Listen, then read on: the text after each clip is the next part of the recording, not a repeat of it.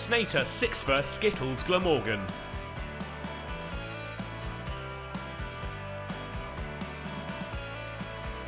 Essex's fall from grace has been a tough one.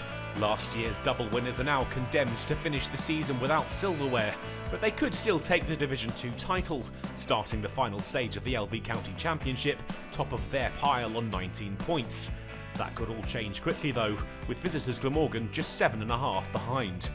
The hosts were under pressure in just the second over though, electing to bat first after winning the toss. It took just 10 balls for an Essex breakthrough, Lloyd out for a duck to Cook. Stephen Reingold responded to his early call to arms by picking up his first boundary for Glamorgan, as he and Rutherford set about getting the innings up and running in earnest.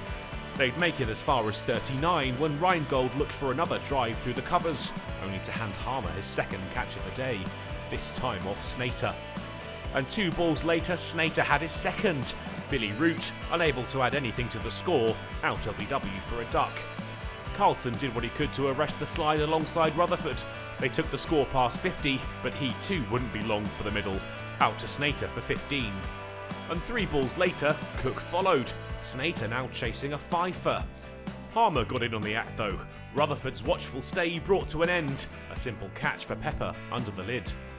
Glamorgan avoided any more damage before lunch. The break reached with the score 59 for 6, but Essex's tails were up, and the hosts had a small mountain to climb.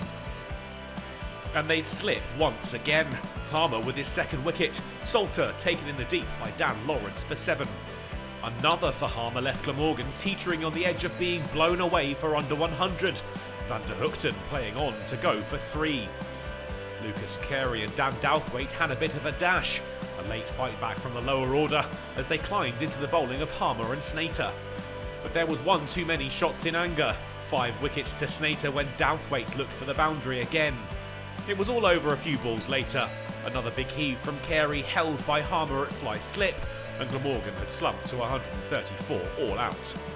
Snater finished with figures of 6 for 39, an impressive showing with the ball.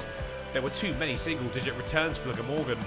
Rutherford had been resilient, Douthwaite's dash brought him 39, and Carey had got involved too for 29.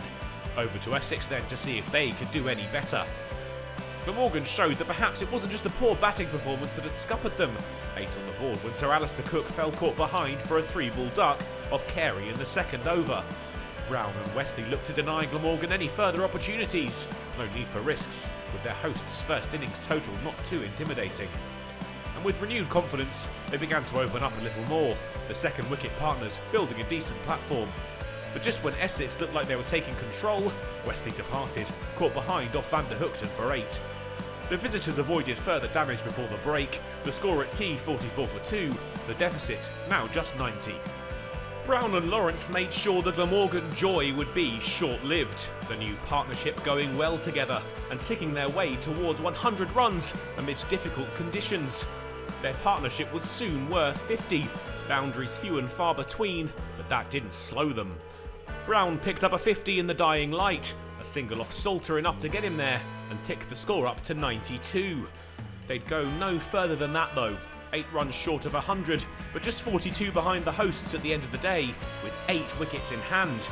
Essex will be hoping that they can not just find parity, but eclipse Glamorgan's total quickly on day 2, perhaps even with designs on an innings victory beginning to creep into the backs of their minds.